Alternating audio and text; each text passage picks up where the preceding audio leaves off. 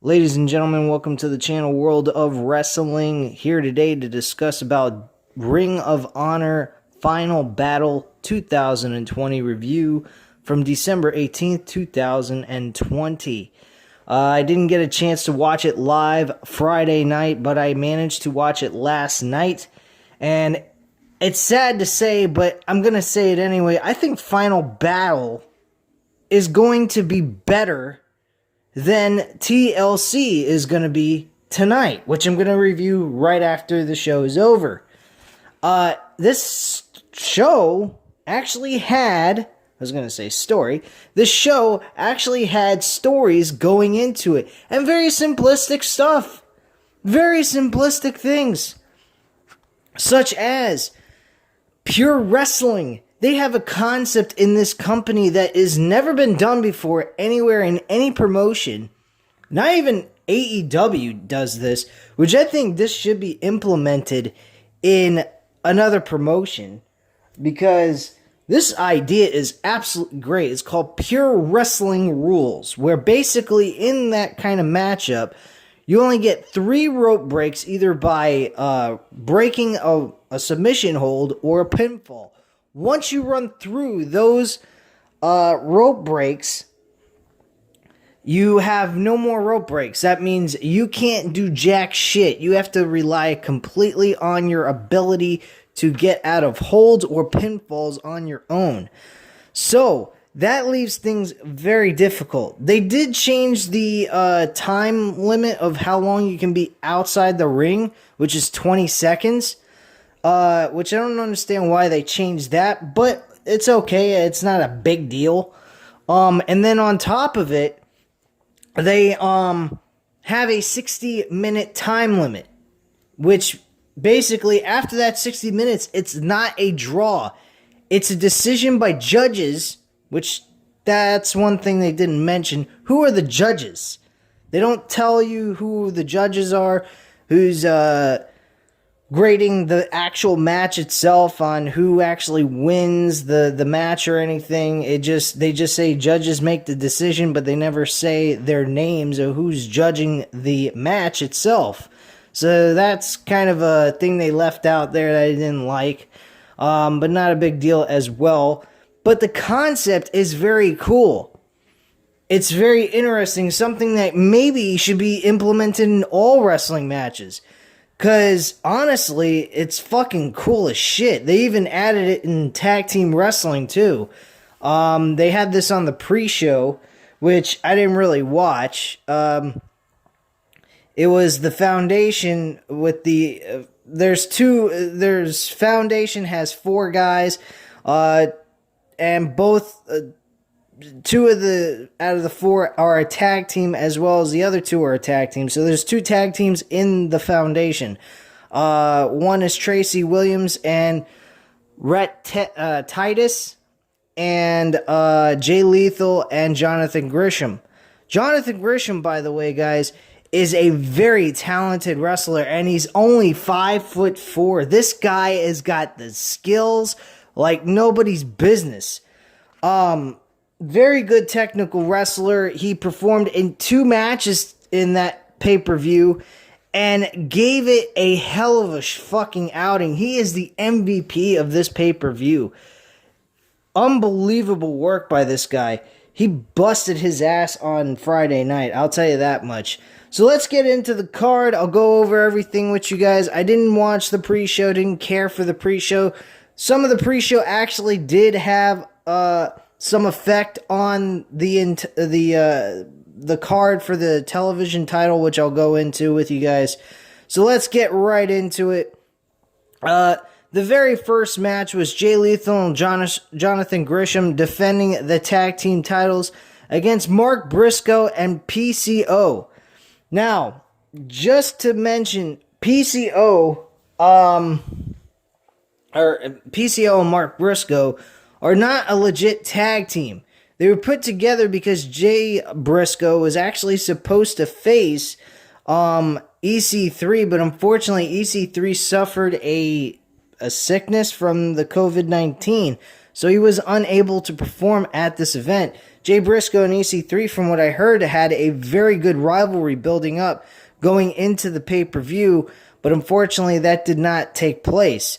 So they had a replacement, which was Shane Taylor, which was a good match, by the way, also, but not as good as some of the other matches on the card. So let's just get right into it. As I already mentioned, Jay Lethal, and Jonathan Grisham actually win this matchup by defeating Mark Briscoe and PCO. Very good, talented wrestling. This was actually, you guys might shit all over me for saying this, but this is just my own opinion. But I think this tag team matchup was better than fucking the Young Bucks and, not Kenny Omega and Hangman Page. No fucking way. I'd have to be out of my mind to say that. But FTR and the Young Bucks match, this match was actually better. I mean, FTR and Young Bucks match wasn't terrible by any means, but this was actually better than their match that FTR and Young Bucks had, which is very surprising. These guys actually worked very well together. Hard-hitting shit. PCO was getting his ass kicked in this matchup and making some terrible mistakes. But, I mean, the guy PCO, he's an old dude, and he performed very well in this matchup, as well as Mark Briscoe. Very high praise for all these guys. I give it a 3.5 out of 5 stars to start off the show. Very good way to start it off, and a very decent matchup overall. And like I said, I think that Jay Lethal and Jonathan Grisham versus Mark Briscoe and PCO is a good match compared to Young Bucks and FTR. The only problem is Mark Briscoe and PCO is not a legit tag team. Now, if they had Jonathan Grisham and the Briscoe brothers, Jay Lethal and Jonathan Grisham versus the Briscoe brothers, I think that would have been a fucking awesome matchup, but unfortunately that was not the case. Ray Horez defeated Dalton Castle. Not much to speak here. This matchup was nothing. It didn't even last that long. I think it lasted maybe 5 to 10 minutes, and that's about it. It wasn't much of anything at all. I give it like a 1 out of 5 stars. It was actually one of the worst matches on the card, to be quite frank with you guys. Matt Taven and Mike Bennett faced the Righteous, which is Vincent and Bateman. Vincent was formerly part of Matt Taven's group at the time when he was the Ring of Honor World Champion last year. On top of that, Mike Bennett, before he left Ring of Honor, he was part of the Kingdom with Matt Taven. Matt Taven, I believe Adam Cole was also part of that. Yeah, he was part of the Kingdom. And he was the head guy until he left the Kingdom, and then Matt Taven took over his spot. So that was this match, guys, was fucking off the hook. I really enjoyed this matchup. It was hard-hitting, great stuff. I give it a 3 out of 5 stars. Good tag team wrestling here, despite the fact that these guys aren't really well known for tag team wrestling. Vincent actually part of a 6-man tag team for the 6-man tag team titles. He's done that there. Matt Taven has too. He's a tag team specialist and also a singles competitor. And Bateman, I'm not too familiar with him. He's kind of brand new to me, so I don't have too much knowledge about him. But matchup wasn't terrible. It was actually a really decent grudge tag team matchup. And Matt Taven and Mike Bennett win this match. Dehaasen defeated Brian Johnson. This guy, Brian Johnson, was an interesting character. I like his intensity during his promos and everything. And he's a decent overall technical wrestler. My problem with him is, during this matchup, they made him look like a fucking idiot, talking on a microphone the entire time, having this matchup with this guy, Dehaasen. And Dehaasen's a weirded out character. He's got a face paint all over his face. And him and Brian Johnson were trying to win a contract to be part of Ring of Honor. Unfortunately, Dehaasen wins the matchup by doing an Eddie Guerrero type of move here. Brian Johnson had the microphone the entire match, talking trash, beating the shit out of this guy. And he ends up taking the microphone and he says, I want to say something. He takes it from him and he rubs the microphone into his face paint. And then he smacks his hand on the microphone to make it sound like he got hit in the head by Brian Johnson. The referee heard the smack, but he was turned around because he was actually, I believe, blinded for a moment. His eye vision was messed up.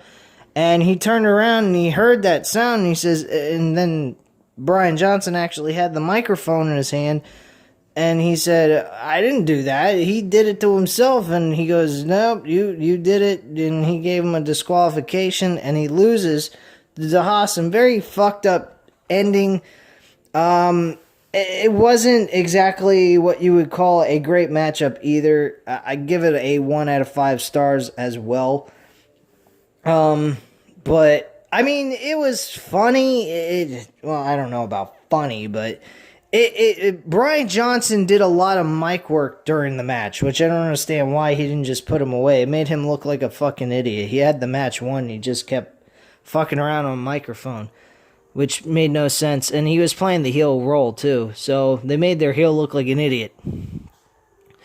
Dragon Lee defended his World Television Championship against Tony Deepin.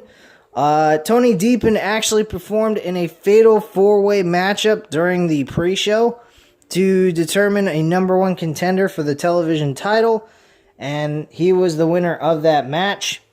His match with Dragon Lee was spectacular, very good shit. Enjoyed it a lot. Give it a 4 out of 5 stars. Excellent matchup overall. Shane Taylor defeated Jay Briscoe.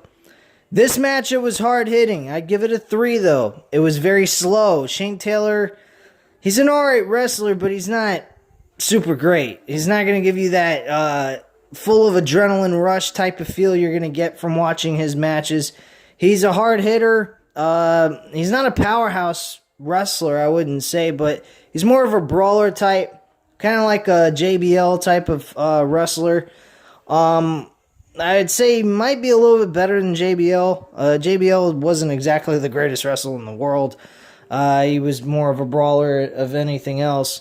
But the matchup in itself was not terrible. It was a 3 out of 5 stars. Definitely 2 brawlers going at it and kicking each other's ass, which I don't mind. Shane Taylor wins the match. And that was basically it. I mean, you guys got to go and check this out. If you don't have a Ring of Honor Honor Club, it's only $9.99. It's a really good subscription. You get every pay-per-view that they do, just like WWE. And they have weekly television shows, which, by the way, guys, I'm going to start reviewing on this channel. And fuck Raw and SmackDown. As you guys have already noticed, I haven't done SmackDown in like 3 weeks or so. Haven't even watched the show. I don't have time for bullshit. If you're not going to give me quality television to watch for 2-3 hours, which you guys are providing us, meaning WWE in that sense, I don't see the point in watching it if it's going to be just complete and utter garbage. I really don't. So I just don't give a flying fuck to watch shit like that. I don't mind watching the pay-per-view because it's only once a month. But on a week-to-week basis, I'm sorry, guys. I cannot do it. It's just fucking ridiculous. So you guys will definitely be seeing Ring of Honor television episode reviews done by me here on this channel. So keep an eye out for that. Going back to the card, we're almost done here. Jonathan Grisham defended the Pure World Championship against Flip Gordon. Again, like I mentioned, the Pure Rules wrestling. This matchup was fucking fantastic. The best match on the card. Jonathan Grisham versus Flip Gordon was a fucking awesome matchup. Great technical wrestling. Flip Gordon did fantastic here. And he kicked some fucking ass. Despite the fact he's not known for a technical wrestler, he's more of a high flyer. and it does a lot of great maneuvers and shit off the top rope and stuff like that. He actually did technical wrestling with Jonathan Grisham throughout the match. He worked on his knee, which was a big thing. He put him in a one-leg Boston Crab, which he did a good job with. And the story they told was great. Jonathan Grisham put Flip Gordon to a 3-0 rope break situation, meaning like he used all 3 of his rope breaks while Jonathan Grisham didn't have to use any in the very beginning of the match. Before 10 minutes was up, Flip Gordon already went through all 3 rope breaks during that matchup. By the time we got further in the match, Jonathan Grisham also ended up in the same situation, though. So, great story that was told here by both men. It was hard-hitting, great action. They both fought each other hard, and at the end of the day, Flip Gordon lost not by submission or even pinfall. The referee stopped the match because of knockout. The referee was worried that Flip Gordon was unresponsive and was unconscious and didn't want him to take any more risk of his health by getting a worse concussion or possibly detrimental damage to his brain, I guess you could say, or suffering a further injury than what he already had. So, based on the fact that, yeah, he wanted to keep continuing throughout the match, the referee didn't seem to think that he was capable enough to continue forward with the matchup itself. So, a lot out of, like, real life MMA type of shit there. I really enjoyed that, and also you can see that in boxing too.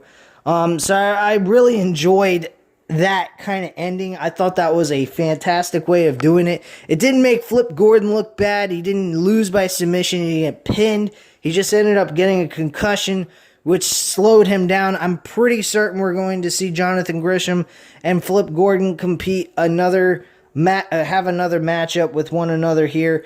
So that should be a very interesting matchup. They did a fantastic job. This is the match of the night.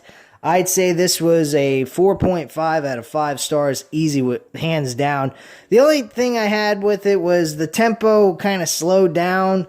It got a little bit boring in certain spots in the show, but the match itself, but it was actually a really good matchup. Roosh, who is the Ring of Honor World Champion, defended the title against Brody Lee, or not Brody Lee, what am I talking about? Brody King. I'm thinking of AEW here. But no, Brody King, he had a match for the world title. I'm not too familiar with him and didn't really care for this match so much. So, I mean, it wasn't bad. I mean, they did a good job here for a main event, but it was average. I mean, the pure World Championship should have been really the main event. It felt more of a main event than the world title match itself, which is not all that good when you got Roosh as your champion. Roosh is a really good high-flying Hispanic wrestler, luchador wrestler, and he's pretty good. His English isn't so good. I got to admit, I think Jonathan Grisham should be the next Ring of Honor World Champion. He stole this entire show. His match with Jay Lethal tagging together against Mark Briscoe and... I'm sorry, did I say Jay Briscoe? I'm talking about Jay Lethal. I'm sorry. So, Jonathan Grisham and Jay Lethal teaming together against Mark Briscoe and PCO. They did a fantastic job together in that matchup. And Jonathan Grisham by himself with Flip Gordon was fucking unbelievable. If you don't care to watch the entire pay-per-view, you're not interested in watching a 3-hour pay-per-view, and you're interested in just catching a couple of the matches on this card, Jonathan Grisham and Flip Gordon is definitely it to watch. That is the main matchup I would highly recommend for anyone to watch. But going back to the world title match, it was a 3 out of 5 stars. It was an average main event. Nothing really stood out to me heavily and Rush retains the title, which I was not surprised by. I didn't see Brody King being a guy that would carry the World Heavyweight title in this company just yet. I think the next person that's going to beat Rush and become the world champion will be Jonathan Grisham. When, I'm not sure, probably by early 2021, maybe by the summer of 2021, like Best in the World or something like that. So I definitely got that prediction going for me. I believe that I might be right about that, because out of everybody on this fucking card, Jonathan Grisham stole the fucking show. And the guy's only 5'4". He's smaller than I am. I'm 5'6". And, I mean, these guys are really, a lot of these wrestlers are my height, some of them, which I find very interesting, because I never figured a guy my height would actually make it in any promotion, even Ring of Honor for that matter. I figured guys like 5'10", 5'8", and that type of stature would be more, qualified for something like this. But they actually do have guys that are around my height and are like main performers on this show, which I find very interesting. Overall, the show is a pretty damn good one, and I think it's going to be better than TLC. We'll have to see, but I really don't think that they're going to top Ring of Honor here. They did a great job, and I was happy to watch it. It was pure wrestling. It wasn't bullshit garbage, and on top of it, they did have a good story. They had stories, even though Shane Taylor and Jay Briscoe weren't the original plan. It was EC3 versus Jay Briscoe. Those two even had some kind of story going on, which was a very small story, but it was a story nonetheless. It wasn't just some random shit they just threw together. The reason why they came together is because Shane Taylor and his guys that he has that are with him, his posse, I guess you could say, they're a tag team, the two guys that are with him. They were supposed to compete for the 6-man tag team championship belts, but unfortunately the team they were supposed to face, who were the tag team, the actual champions, were one of their champions were actually sick with the COVID-19, so they tied the two matches that had the COVID-19 together as one match, and they had a match. I think that's great. I think that's very smart storytelling and a way of putting something together that would make sense. They had nothing to do. They wanted to perform. They wanted to win. Shane Taylor thinks he's the next guy. I don't think so. I think Shane Taylor will get the next title opportunity against Rush for the world title, but he's not going to win it. I really don't believe he's the guy that's going to take the title from Rush at this point. But only time will tell. We'll see what happens. But anyway, at this time, guys, you know what to do. Hit the like button if you liked the video. Hit the subscribe button if you're not already subscribed to the channel. And, of course, as always, leave a comment down below. I'll definitely get back to you on that. And I thank you very much for watching. Have a great night, guys. I'll see you back later tonight for TLC. And, again, thank you for watching. I hope you enjoyed this video.